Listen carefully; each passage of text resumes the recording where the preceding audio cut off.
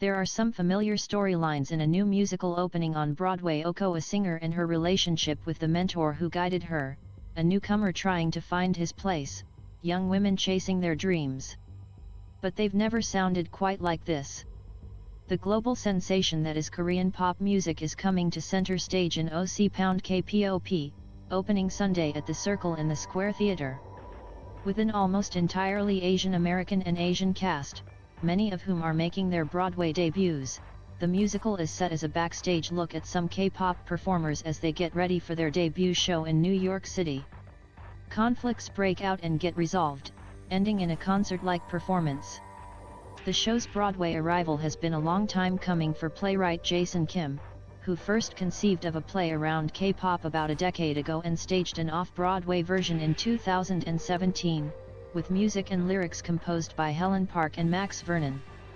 Born in South Korea, Kim came to the United States as a child, settling with his family in the Midwest. K-pop has been a fixture in his life, as have Korean television dramas.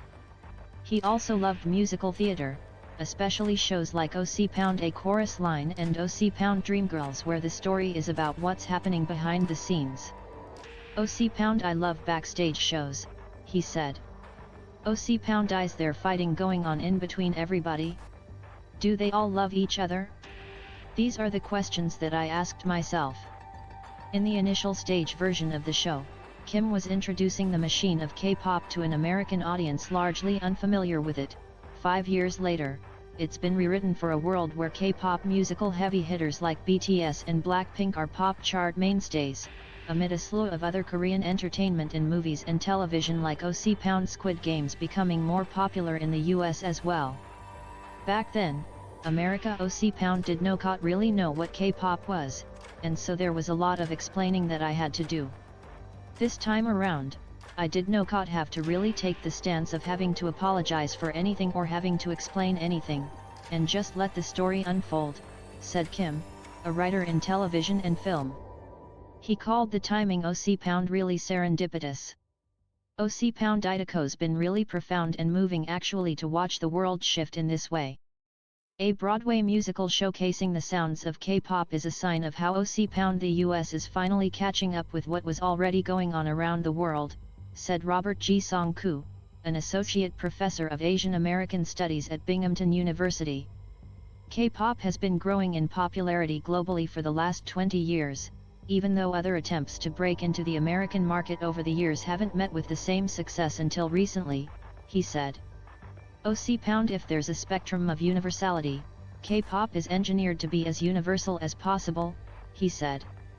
Casting the show took about 2 years, Kim said, with open calls both in the US and South Korea.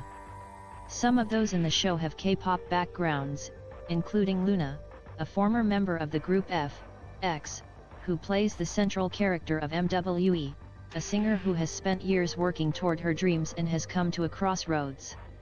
It's a step forward for Asian American representation on Broadway, which matters a great deal to Kim. OC_ that talent exists, and they just need a platform, he said. OC_ so it was really important to me to put these Asian people on stage and see them not playing the typical roles that they play, but playing rock stars, playing pop stars, dancing their faces off and acting their faces off and just being spectacular. For her part, Park called the experience an honor. OC_ K-pop and Broadway have both been my passion for a long time. K-pop has been like comfort food for me, and Broadway was my seemingly unattainable dream, given there have not been many Asian composers, let alone Asian female composers that I can see and dream to be like, she said in an email. OC_ to be able to bring something that feels like home to me, to my dream stage, Broadway, feels like the most miraculous gift that I'll cherish for a lifetime. Kim said it was also important that the show includes some Korean interspersed among the English, both in the songs and the dialogue. It's OC_ a way to be really authentic to the experience of K-pop idols and Korean people, Kim said, pointing out that OC_ when I speak to my mom, I'll come switching back and forth all the time, depending on what we're talking about. OC_ the design of the bilingual nature of the show was very intentional.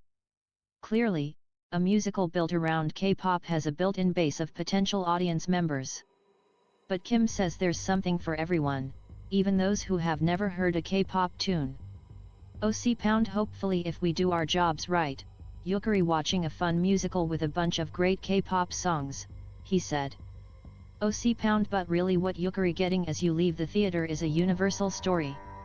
Oko Hajla is a member of the Apakos team covering race and ethnicity. She Oko's on Twitter at twitter.com/dhajla.